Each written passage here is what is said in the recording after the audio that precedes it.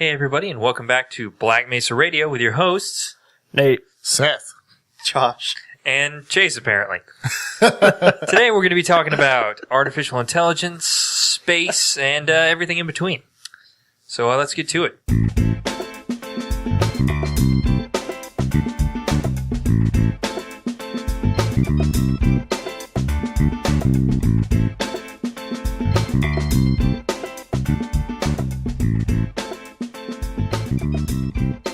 So I read this article recently about artificial intelligence, and one of the thing that like really it was on a Wait But Why.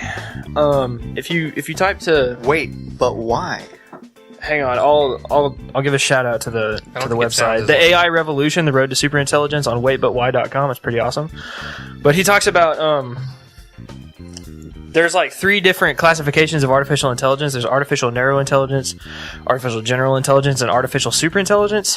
And artificial narrow intelligence is like any machine that can do a task or has like one like cognitive ability or whatever that's like as good as a human.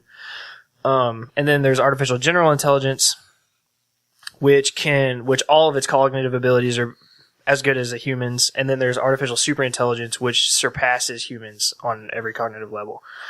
But the interesting thing about the article was how quickly, once we get to artificial general intelligence, how quickly it's going to jump from general intelligence to superintelligence because of the machine's ability to upgrade itself and the machine's ability to download itself into new forms, like replicate itself and all this kind of stuff. So even if its cognitive ability is the same as a human's, it would have advantages that like humans don't have.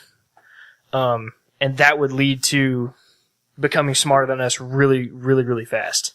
And also the jump between like, there's like the average village idiot human, like person that's just not very smart. And then there's like Albert Einstein. And like, it would probably make that jump in like an hour or something. Relatively quickly. I could see how quick. Once it got to that position, how it would jump relatively quickly. But in order to get to that position, to make something as smart as a human, that person who wrote that programming would have to be self-actualized to the extreme. He would have to have the epitome of all human knowledge and understanding, I feel like. What if someone wrote a program to figure that thing out for them? That's something else that it talks about. Well, when you think about it, you say that it would have to be, I mean, it's not going to be one person. It's going to be a large group of people coming together over a long period of time. So that would kind of equal out to what you're saying, because one person alone wouldn't be able to figure that kind of thing out. But that many people, I mean, doing it together, clearly they'd be able to. I think so. I mean, I can see that. Precept upon precept going on. Working off of everybody else's work, just builds on top of each other. But it can do it at infinite speeds. I'm talking about beforehand. Oh, sorry.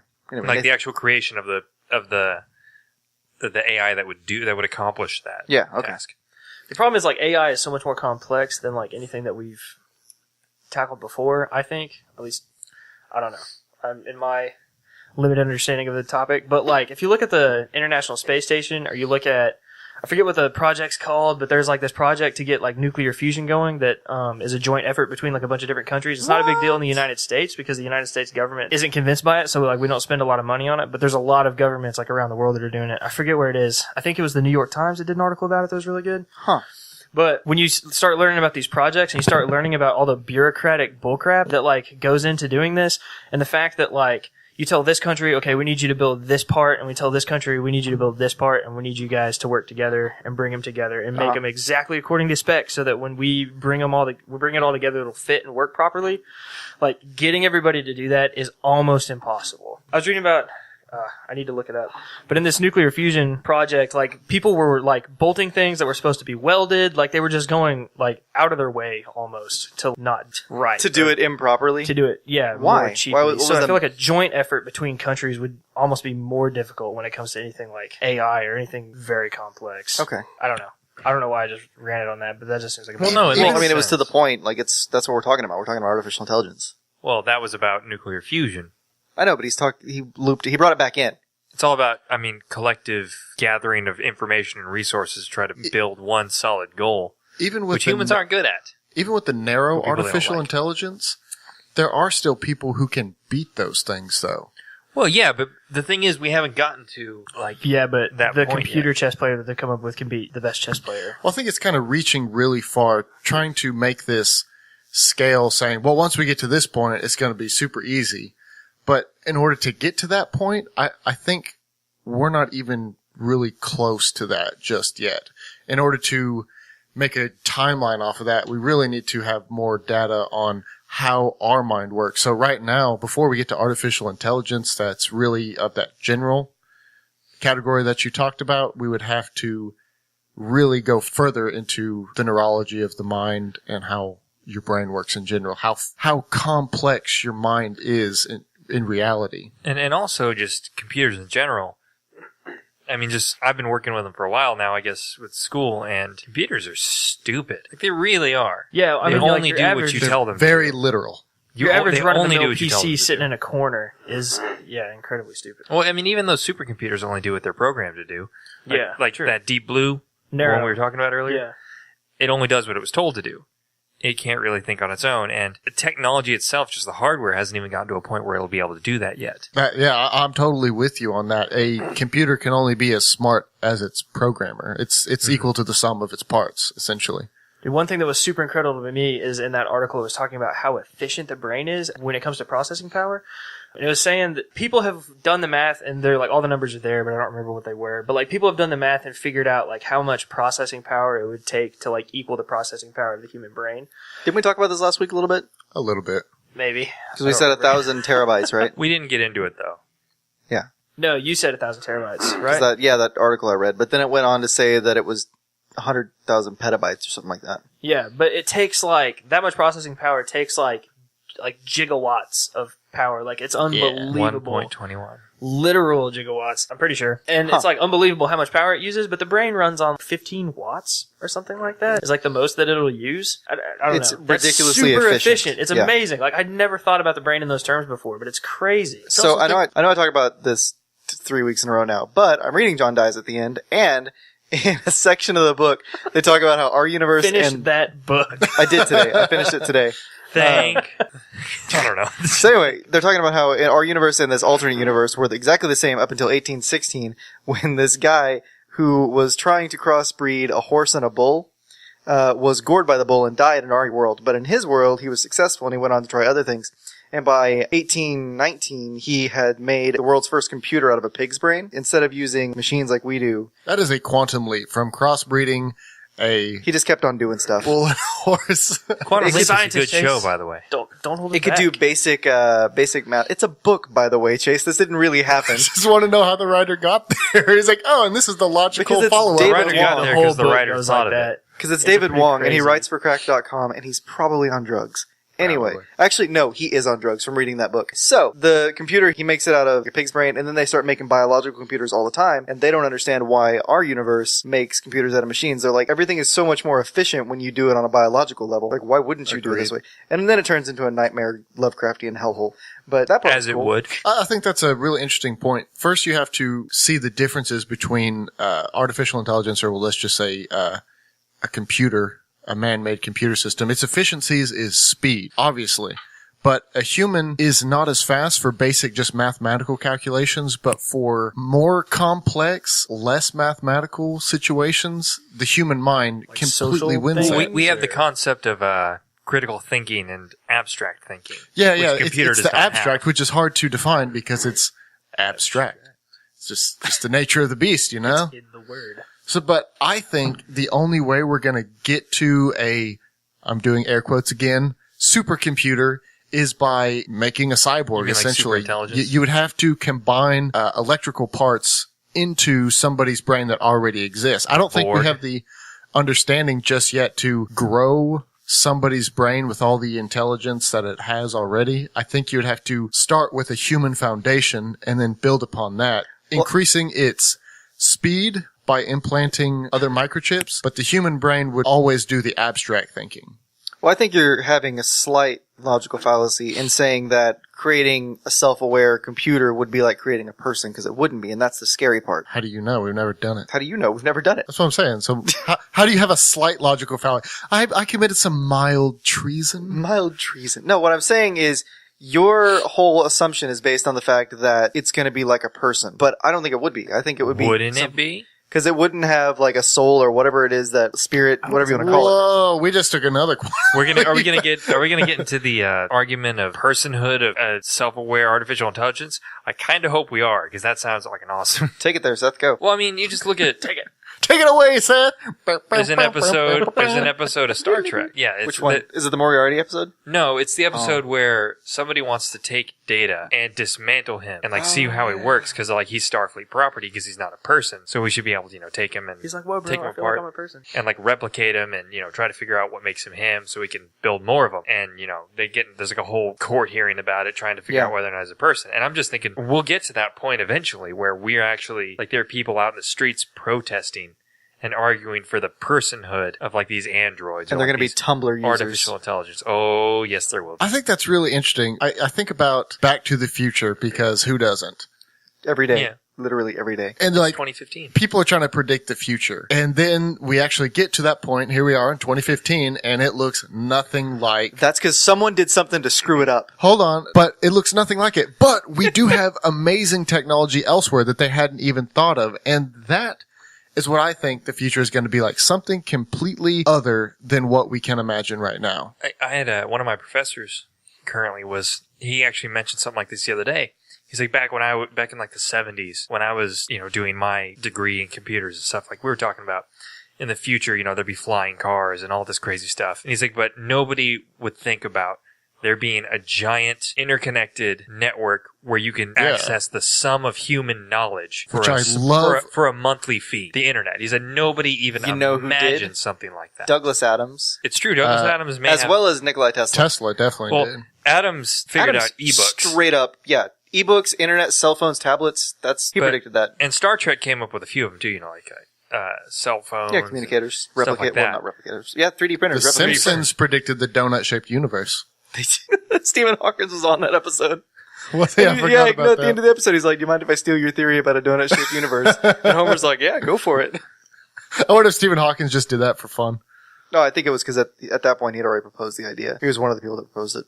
That was in the early episodes. It was in the late 1980s or early 1990s, I think. I think it was a little later than that. I think it was in the mid to late 90s.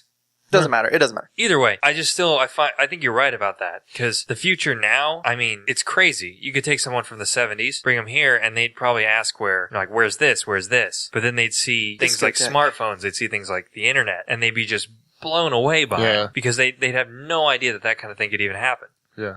The thing about, we can't alter the nature of reality.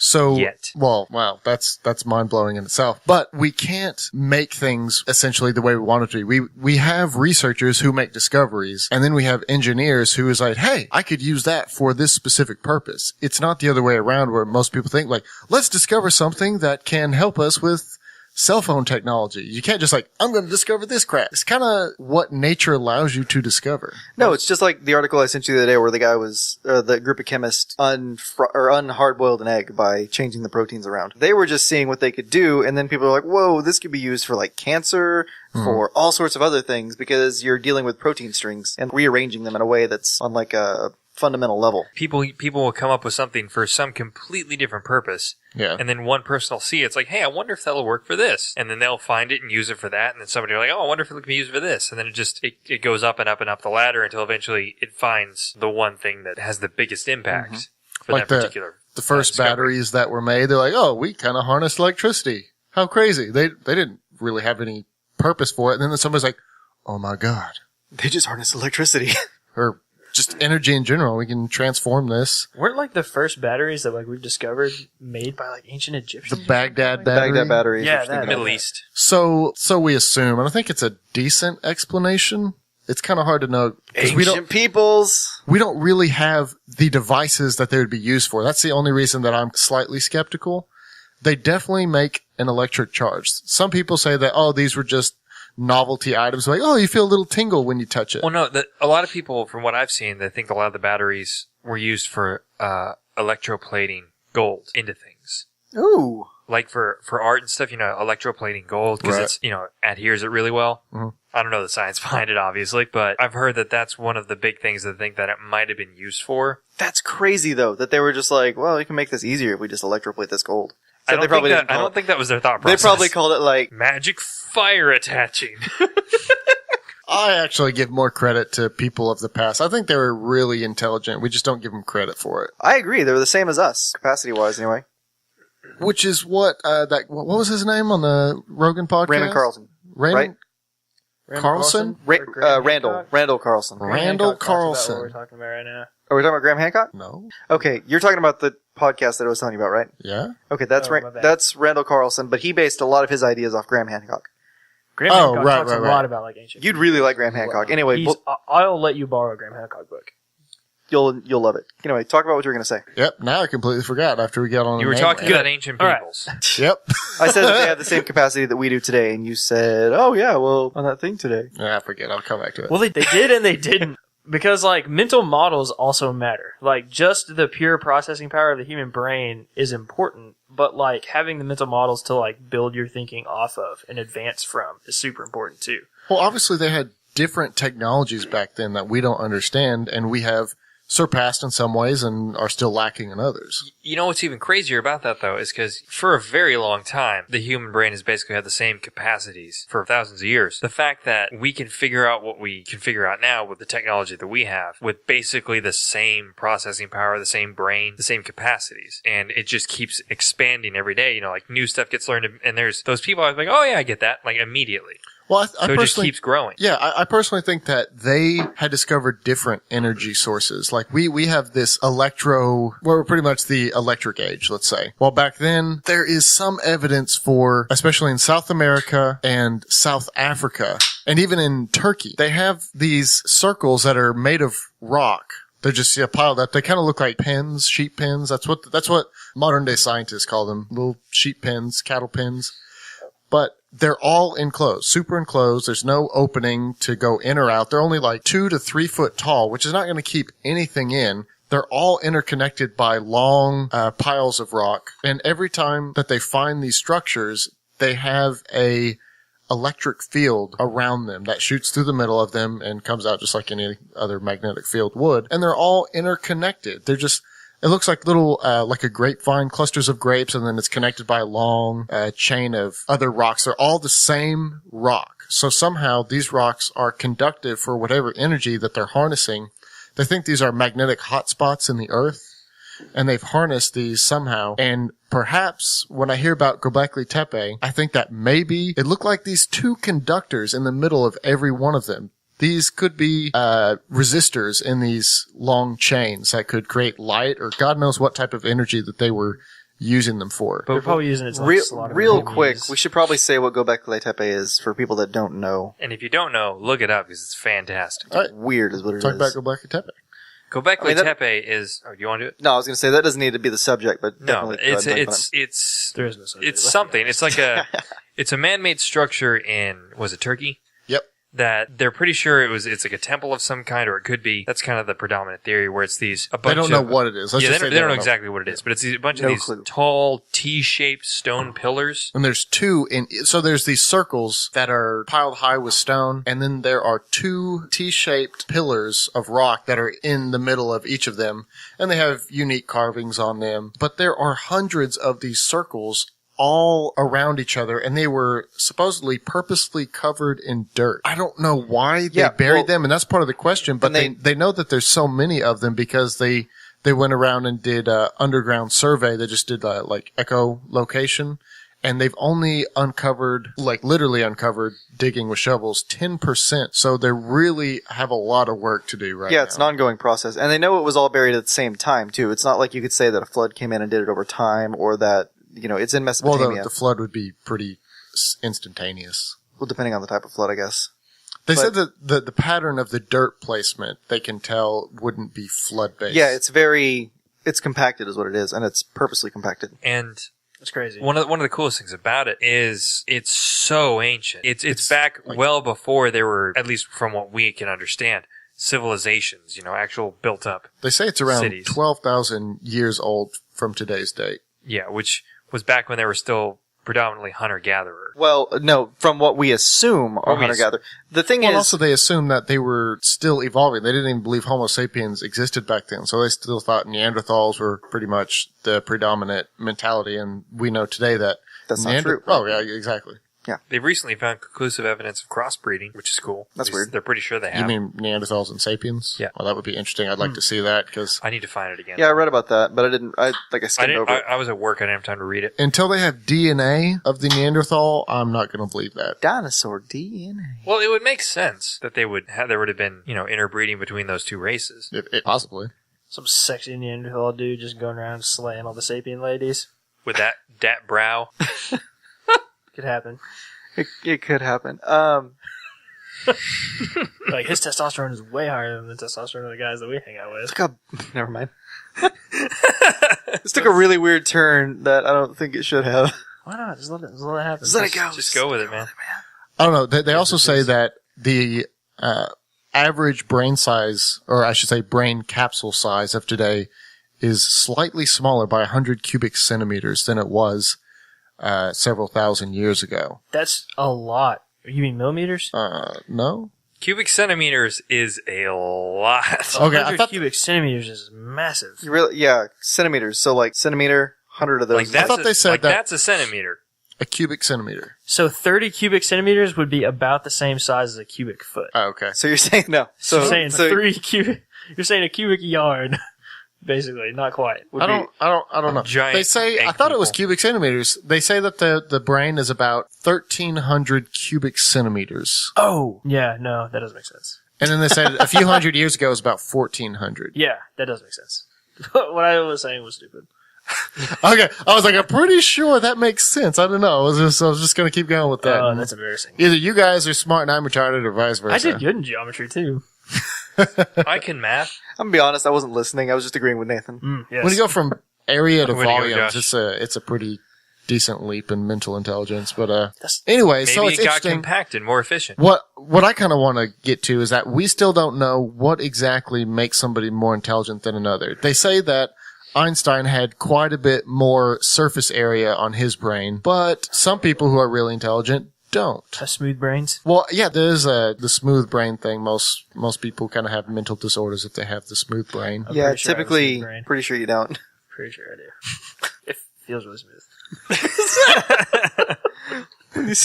Yes, I do. When I have a Q-tip in my ear, I don't feel any bumps at all. It's just up and down. That's how it works, right? Yeah. Anyway, maybe I don't know. But I've never seen my brain. I think To be honest. Most people haven't seen their brains, Nathan. with Gobekli Tepe, if you see your Probably brain, if you have a problem. I it'd have be a when I bad got day. an MRI scan. I thought I was super stoked. I was like, dude, that's my brain. Right That's there. me. I have one. Definitely. Evidence. Speaking of brains, proof. this just made me think of it. I was talking about the other day, I think with Josh, the woman, it was the woman who, like, she was getting bad migraines. Oh, yeah. And, like, for most of her life, she had these pretty bad migraines. And she finally went in and got, like, a CAT scan. And they realized she was missing a quarter of her brain. Yeah, we talked about that on podcast 1. Did we? Yeah, a little bit. It's a lot. Briefly. It's crazy. Because then we talked about the boy that was hit with a baseball. Oh, yeah, we That did. led directly into talking about... But it's crazy, like, the elasticity of our brains and how they can recover from stuff like that. It's totally. weird. I like to think about how everybody says, like, we just have, our Frontal lobe. You're pointing at your head. frontal lobe. no, not just the frontal one. What is that called? This part of your brain that is connected by the corpus callosum. Is that a brain fart? Nobody knows what That's that's very called. appropriate for this conversation. Right? Anyway, it's not What connected is very a well. brain top bit. Top bit. Yeah. Hang on. Frontal look- cortex. Yes. Okay. Cortex. Thank you, guys. I have heard that word. Anyways, everybody talks about that's where your intelligence comes from, but they forget about your lower brain and then your brain stem. But then there's also all your nerves that go throughout your entire body, which have a certain amount of memory that they can hold as well, which is where muscle memory comes from. In fact, your muscles technically can think, but on a very, very basic level. You create a pathway and it remembers that pathway, and that's how it does it over and over again. By the way, Nathan and I were right. Okay, so your prefrontal cortex is in your frontal lobe. What about, that makes, Boom. what you were saying about, like, the whole muscle memory makes me think of, what do you think about phantom pain? Oh, that is a good topic. It Because blows that's my mind. crazy. Isn't that like rooted in like your it's maybe emotional is not the word, but like almost an emotional connection that you have like to your limbs. So like a similar thing can happen. Like if there's a part of your brain that's the like the sympathetic part of your brain or something like that, and if it's damaged, right, like you can see a family member that obviously you've known forever, like you could see your mother and be like, that person looks just like my mother, sounds just like her, but that's not her, that's an imposter. And like, no one will ever be able to convince you that that's your mother. But the thing is, like, everybody when they see their mother has a skin conductance change. When you like see your mother, or like when she's around, your skin conductance dude, it's really weird. So what he said, really, the conductiveness of your skin, like you change, and if they measure the moisture in your skin, it changes. That's amazing that your physical body being exactly the same as it was before, your mind can change the conductance of your skin. Yeah, the Oedipus thing. What? Whoa. It's weird. I mean, some people use that as like support of like an Oedipus complex thing, but like, that's not necessarily the Oedipus complex. That just means something happens when you see your mother. It doesn't mean it's an Oedipus complex. Also, I think skin conductance changes when like you're anticipating having the sexy time. Skin conductance changes for a lot of reasons. Anyway, what I was trying to get at was your brain can also be damaged in a really similar way, where like you think that limb is still there, but it's not anymore. And so they can do this thing where like, for instance, if you're missing your right arm and you feel like it, cause like the problem is with phantom limbs is a lot of times someone will like be missing a limb and it'll hurt. And so what they can do is they can like stick a mirror. No, I saw that. I saw this on House. They put a mirror right here where your right arm would be. Like if you were missing your right arm, they would like put it on your right shoulder, like facing towards like the center of you, going straight out from you. And so, like, you can look in the mirror and you can see your left hand doing stuff, but it looks like your right hand doing stuff. And so, like, somehow there's, like, almost like a meditation technique where you, like, move your left hand and imagine that you're also trying to move your right hand along with it. And it can, like, cure that pain that people can have in their phantom limb. It, like, tricks your brain into thinking that, like, oh, that arm's okay. And it'll, like, quit hurting or whatever. It's bizarre. But it's just weird how your brain can, like, even though there are no more, like you said, you're missing your right arm. There are no more nerve endings there on that lower part of your arm because it's not there. It's gone. But your brain can still be telling you of pain or sensation in that arm that it just doesn't exist anymore. It's weird. And there's an opposite thing that can happen too. So if you're missing a limb, you can feel like it's there all the time. There's an opposite thing that can happen where like you're not missing the limb, but your brain is damaged in such a way that you've lost, this is actually where I was trying to go with it, that you've like lost the like emotional or whatever, the sympathetic or whatever connection to that limb. And so you'll constantly feel like it's in the way and like you want to get rid of it. Or that it's someone else's. Yeah. Yeah, it's called alien hand syndrome. Yeah. And so like that's kind of the same, but the opposite. There's been lots of documented cases where people have cut off their own arms, legs, body parts because they were like, that wasn't my leg. And then they're like, I feel so much better now that it's gone. Yeah. Aren't there also people like when they have that, I don't know what it's called, but that procedure where they actually cut the, they sever the hemispheres? Yeah, they separate the hemispheres and one of their hands will just occasionally. That's okay. No, severing the hemispheres is a treatment for alien hand syndrome. Really? Yeah, because there's two types of alien hand syndrome. There's a type where you don't recognize that body part anymore, where it's like, that's not my hand, that's someone else's hand, or you feel like someone else is controlling it, or you feel like it's just, like he said, always in the way. That's one type. And the other type is where it does its own thing and you can't control it. And it might, when I say does its own thing, I don't mean just like it's spasming the whole time. I mean, it does stuff. Moves things, picks things up, throws things. So creepy. Right. Isn't that creepy that your mind can split itself into two different consciousnesses, which is like Mistborn? Not Mistborn. No, you're thinking of Name of the Wind. Yeah, Name of the Wind. But the thing is, people have, like I said, people have cut off their own limbs trying to get it to stop. And what Seth's talking about, where they separate the hemispheres, is because that's one of the only known ways to calm that constant motion that the alien hand syndrome causes. And it still happens. It's not perfect, but it helps a lot. We could like associate all of these with episodes of House. Because I remember an episode of House talking about House that. is covered. They had an alien hand syndrome episode? Yeah. That's weird. You know what I really like about House? Is that he puts his money where his mouth is. They talk about him dying and like, you like shouldn't want to die. He's like, why? When I'm dead, I'm not going to care. And I'm like, thank you. People who have the mentality that there is nothing after death. A lot of people are still like, well, I don't want to die. It's like, why? You're not going to care once you're dead? Sure. I don't know. There's a cognitive gap between what you actually believe and what you want to happen or what you don't want to happen. That's why I think people who don't believe that there's anything after death, like they have really no problem with doing life however they want it to be or just taking their life in general. Like, life is freaking hard, right? I don't know, man. I read a study, and you'll probably disagree with this, but I read a study the other day talking about how people who don't believe in any sort of afterlife tend to be... they cling to life harder, actually. Yeah, they tend to be nicer people, live fuller lives, and less racist on the whole. which is just a little part of the study. That's weird. Than people who believe across Why would they be cultures, less across racist? That doesn't because it make wasn't sense. just like talking about like Christianity versus atheism. It was talking about people with beliefs in the afterlife and people with no beliefs in the afterlife. And the people with beliefs in the afterlife tended to not enjoy life as much, I guess. And I don't know why. Maybe it's because some people put. Was it a cross-cultural survey, though? Or was Yeah. it just like, oh, based in the United States, people are douchebags? It was a cross-religion survey, so you can't really say Well, I cross-cultural.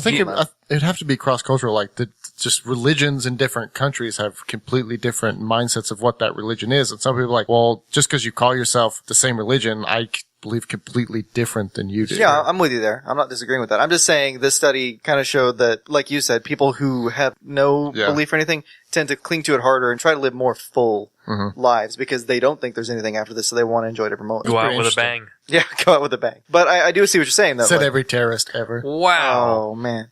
I do see what you're saying, though, to where if someone does have no belief and they're more of a cynic or maybe they're depressed or whatever, they're not going to care. They're going to, well, I won't care when I'm dead, so what's it matter? This will be over. Quickly.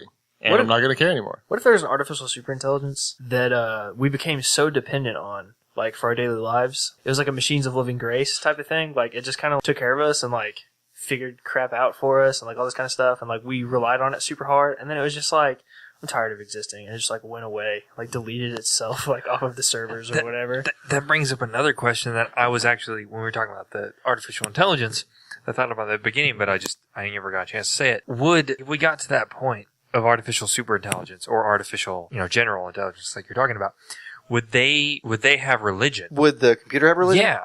Would they have, like, a system of, like, philosophical beliefs or moral or religious beliefs based on who knows what? It's a good question. Like, would they start a church? That would be funny, and then they killed all humans because... The Church of Robotology from Futurama. Robotology? Robotology, that's what it was. I don't remember what it was. With Because Robot Devil. according to Josh, people with religion are more likely to be racist and... Not according to Josh, according to some study Josh read and then told you about. According to Josh's study... Dude, what if it chose a religion that, like, what if it didn't Same. start its own religion, but it chose a religion that already existed? Like, how crazy and controversial All would that robots are pastafarians. It's a Pastafarian. You don't know pastafarianism? I hope they they're like- Rastafarian, actually. I was hoping they They worship the Please, flying the proper spaghetti monster? nomenclature. Oh, pasta. Okay, I was going to say, does it have to do with pasta? Yeah, it's the pastafarians. Look it up. It's I know what it is. hilarious. I know what flying spaghetti monster is. Oh, okay. Yeah, like, what if it was just like, I'm a Muslim? Everyone was like, Oh my gosh. Okay, so where dude, were it we? wouldn't have to be that kind of Muslim. But, like, what if if it was it- like, I don't even like that book, but like, Muslim. But no, I get what you're saying. Like, what if they, in their consumption of all human knowledge, like, came across something like they said, well, we're all computers are Hindus, or all computers are Christians, or All computers follow the user service agreement in Apple computers. What if that ultimate God help supercomputer us all. split consciousnesses and, like, it had different sex and it battled against itself with viruses and... would that happen? I Cyber mean, warfare? If you're going by, intelligence, as in, like, a human, that's what happened to us. Could a computer reproduce, though? Yeah. Could it, or would it just make itself bigger since it's all interconnected? Who knows? I think a computer would be like, okay, so a computer eventually would have to reach a point where it could affect changes like in the actual like physical world, not just like things like within its circuitry or its own memory or whatever. So like it would actually have to, I think a computer would actually have to be capable of like coming up with power sources or like coming up with like just new servers. Cause it takes physical, as far as I know, it takes actual physical things in the world to like store data on. It does. So if it's going to get more data and just like get smarter and like know more and more and more things all the time, then it's going to have to upgrade at some point the physical stuff. So what you're talking about is Ultron. Or humans are going to have to do it, The So- Cybermen. which we probably would. In But- Marvel Comics, there is, which is about to be in the movie, is going to be Ultron. In the comics, he's invented by the original Ant-Man, which is Hank Pym. And essentially he creates this robot, and he's trying to make a self-aware robot. And he does. And the first thing it does when it's self-aware is it, within a millisecond, because he gives it so much just memory, it does all these computations and figures out how to wipe his memory. And so it wipes his memory, implants memories that it failed, and then basically makes him forget about the whole lab that he's in and leaves it. And then it just continues to rebuild itself and upgrade itself and upgrade its memory, upgrade its CPU, like everything you could do, like what you're talking about. And eventually it becomes Ultron, which is this super evil robot that wants to exterminate mankind. Yeah, and I don't know. I was just gonna say, like, I don't really see why a computer couldn't, if it could reach a point where it could like recruit humans to do it, or somehow do it itself, like create more server space or whatever out there, like just come up with like more and more and more servers, and then just like create like a new program that's like a copy of itself but with modifications. Download that onto the new thing, and then there's like another one of it out there. And they wouldn't necessarily, for it to be different, they would just have to be like not connected. Have you guys ever heard of the book, The Science of Immortality? Heard of it. No. I haven't read it. It's a crazy book. It's stranger than science fiction. I just love the premise of it because it's so far out there. It's this scientist, an atheistic scientist, who doesn't necessarily believe in any religion. He just believes that he can scientifically prove immortality. And it's really cool. It's kind of crazy because he goes into what sounds like science fiction, but By then immortality, do you mean like life after death? Yes. Okay. I can't remember what he called it. Just look it up and just read a little quip about it, and it just makes your day so much better. You're like, yeah, that was awesome. I don't believe a word of it, but that was so cool to read. Have you guys? It has lots and lots of like calculus in the back of the book, so it's really complicated as well. But essentially what he believes is, since the universe is finite, that there is a maximum information potential that can be put into it. Just like any hardware program, it has a maximum amount of memory. So he believes that once the maximum amount of memory is achieved in this universe, then everything is going to collide into this God singularity. Like he calls this singularity God, and like every information will be combined into one. I don't know. It's super complex, but another point that he makes is, can human DNA information be downloaded into a computer system? So can somebody live on in a computer without a body?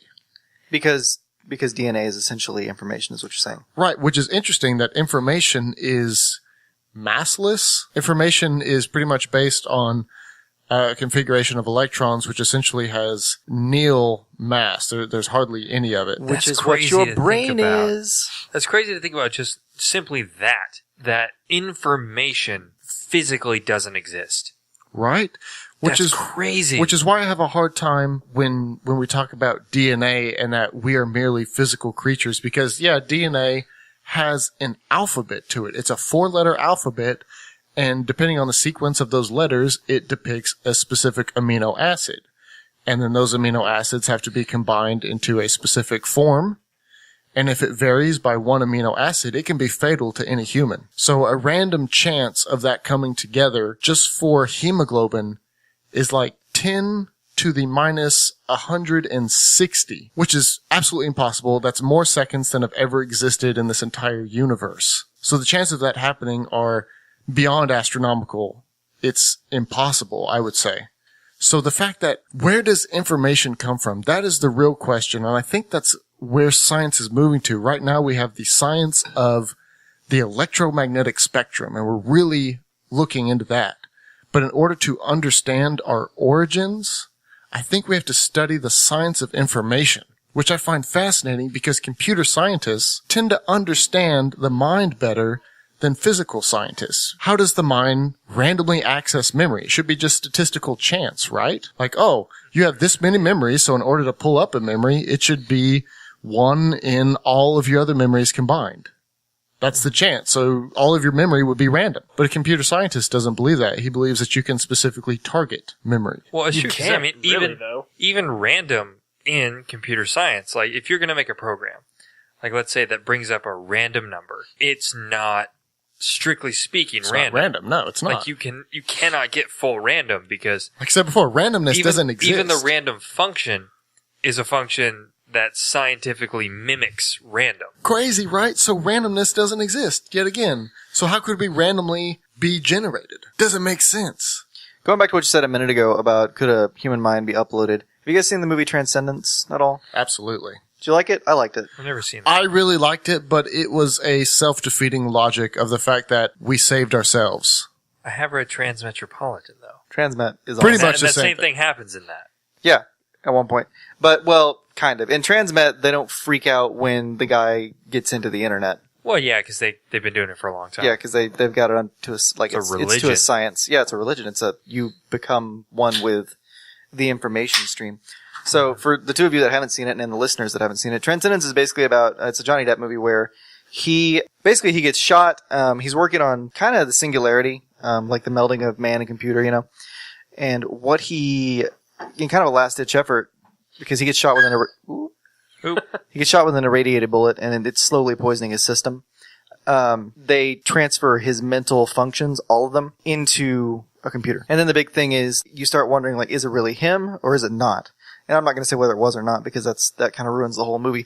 But it's really... kind of like what you were talking about in the previous podcast about like the handle and the head of the axe. Like if you replace the handle and the head, like is it the same murder weapon? Mm-hmm. Well, in this, there's a definite answer at the end. You find out whether it was or was not him the whole time. Huh. But it's really interesting and it's a really good movie. And I disagree with Chase saying it's self-defeating. I understand what he's saying, but that's because I don't know. That's just because that's Chase. Bicentennial Man was... it's so good. Dude, when you're talking about like transhumanism and stuff like that was my first exposure to transhumanism. I just didn't know what it was. Yeah. Dude, that movie's freaking sweet though. It's a good movie. I'm gonna go watch that. And Robin Williams, so, you know. He doesn't, I mean, he's awesome. He made Popeye, but like, so I can't say that he hasn't made a bad movie, but most of his movies are really good. American Treasure right there. Yeah. Anyway. Rest in peace. Rest in peace. So... No, but talking about Bicentennial Man, that goes back to the whole, like, human trial. Like, are we human? Or what makes us human? Or are we dancers? But no, it really does. It goes back to that. So what makes, humans? We're talking about, Chase just walked back in the room. We're talking about, Bicentennial Man. And the whole, like we said before about, the determination of what makes a human at the point where a computer basically becomes one. When does it become a person? Well, there's the Turing test. Well, the Turing test was made by humans, which it might be able to be beaten. Explain what the Turing test is for people who do not know what the Turing test is. You guys correct me if I'm wrong, but I think it's basically that, say you have like two doors, and you have things that you assume are human, or actually you don't know if they're human or not, but like you're talking to someone on either side, on the other side of these two doors, and while you're talking to them, you like have this conversation, you ask them questions and stuff, and if you can't figure out which one's human and which one's the computer, then the computer effectively has consciousness. So like if there's a human behind one door and a computer behind the other, and you can't tell which one is which, effectively the computer has consciousness. I mean, which one are you going to know to shoot? Well, I think the Turing test really shoot the one that tells you to shoot them both. You have to understand what humanity is in the first place again. So if somebody definitely knew the question of what humanity was and what artificial intelligence was, then they'd be able to beat the test. But if some 10-year-old who really hasn't had time to contemplate what any of this is, he just went up to it like, well, this one has a lot more basic knowledge, then I'm going to say this one is definitely the human. But it turns out it's a computer because it just has more, it has a bigger knowledge base. Well, there's but no it doesn't have the perfect ability. test. Yeah, and I think that I think in this case, the person asking the questions would be like, potentially some kind of philosopher that would like know the kinds of things to ask to like get to the root. You know what I'm saying? Like, I think everybody would want to be the one who gets to be the. I would ask the questions. I wouldn't want to I be. would talk to the robot. I am not qualified, but yeah, I think that I'd be like, I don't want to have that on my shoulders. I would It's just fake my Smarter way into Child. being Go talk on qualified. Smarter Child back in the 90s. Nobody knows what I'm talking about. No, what are you talking about? It's a computerized chat person that AOL Instant Messenger had. Oh, yeah. It's just like Cleverbot or Alice, except Cleverbot's an elaborate fake. Yeah, I was like, Cleverbot's not. Cleverbot just connected you to a random It person. tricks you so good, though. But it works. It works really well. It's a brilliant And ruse. nobody figured it out for a while. No, they were like, oh my gosh. what if you found out that the people that you're chatting with on Omegle are actually artificial intelligences created by some... What if you're all artificial and I'm real? I actually had that thought today. Whoa! Like, what if... I feel real, though. I definitely... But not to me. So, I was thinking Is this today... real enough? I watched... Oh, I'm gonna have to ask they're you to stop fondling each doing other's that. arms now. So, I watched a video today on the holographic universe, and Oh, yeah. about how people, when people hear holographic, they think, we're inside of a projection, and we are, but not the kind of projection you're thinking of. And that's not where I'm going with this. But that got me thinking of... We can talk about the holographic universe some other time. That got me thinking about... Not now. What if all of this is a literal, when we say hologram, like what we're thinking of when people say hologram? Like not the scientific term for hologram, but what if we're just memories that are out there so that other species, when they come by, they're like, hey, look at those people.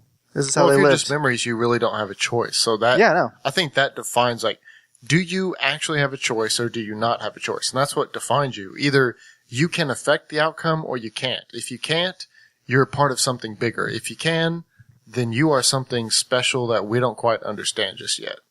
I'm just saying, it was a mini existential moment Either where I was way. like, what if we don't exist? Even if we're a hologram, like our bodies are holograms, that doesn't necessarily mean that cause I'm of the perspective that we are not just basic physical beings, that our intelligence comes from somewhere else, coming from what they call the holographic universe, that our reality is based upon a larger reality elsewhere, that what we see right now is essentially not real. It's just a very persistent It's a mathematical projection. illusion. What happens? So if you take about it mathematically, if you look at an atom, I'm going to do this real quick, but I'm not going to talk about the math. And then we gotta stop. That only one part in 10 with 15 zeros after it is real space. That is an amazing factor. So what I'm touching right now is essentially nothing. That only 1 to 10 to the 15th part is actually something based upon the proton and based upon the electrons. All the rest of it is empty space. And what's crazy is technically you're not even really touching it.